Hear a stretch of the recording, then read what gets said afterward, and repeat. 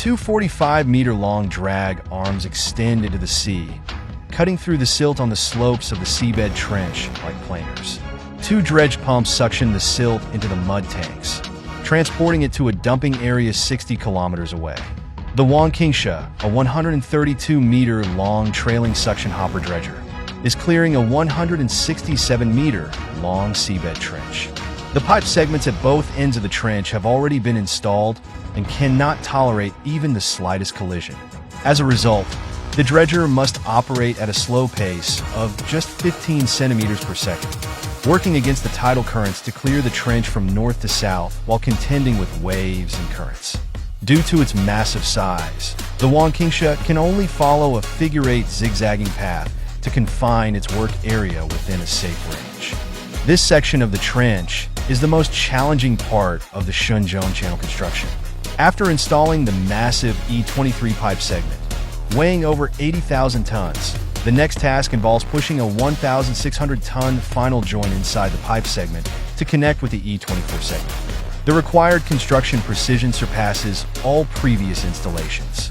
However, a heavy downpour deposited an additional 60,000 cubic meters of silt, adding another layer of complexity. In similar past projects, the final joint was treated as an independent undertaking, with the construction team using a 6,000-ton floating crane to position it between the ends of two submerged pipe segments. However, the hydrological and geological conditions of the Shenzhou Channel make large-scale lifting equipment unsuitable. As a solution, Chinese engineers designed an integrated, prefabricated underwater push-out system for the final joint. The manufacturing and installation precision for the 1,600-ton joint set unprecedented standards.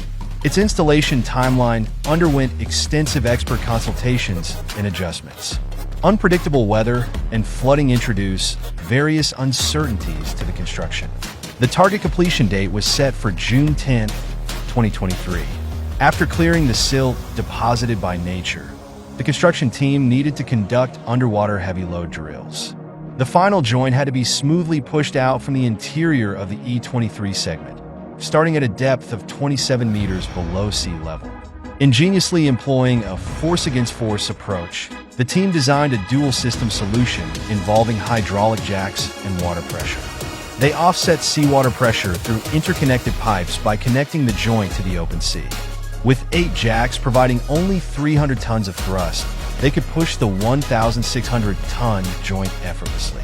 However, discrepancies between drill simulations and actual operations were inevitable.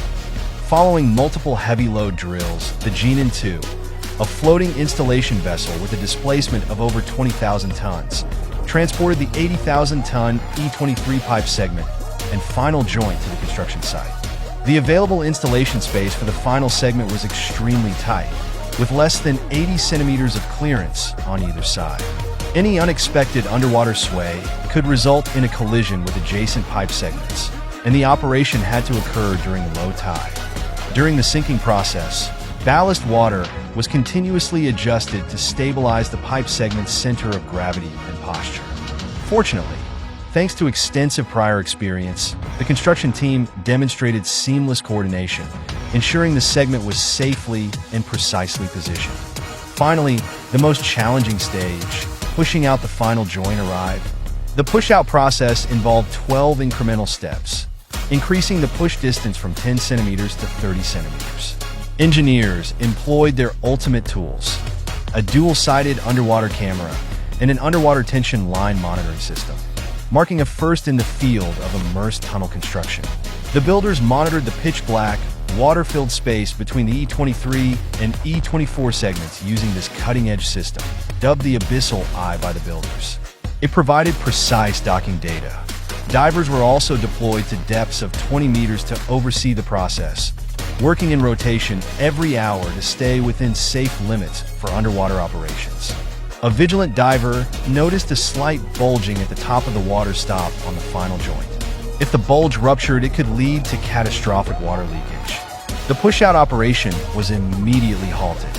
Further inspection revealed that residual air trapped inside the water stop occasionally caused the bulging during the push-out process, indicating the seal was intact. By carefully controlling the push-out speed, the issue was managed. After 13 hours of meticulous operation, the final joint was successfully pushed into place, completing the seamless connection of the subsea tunnel.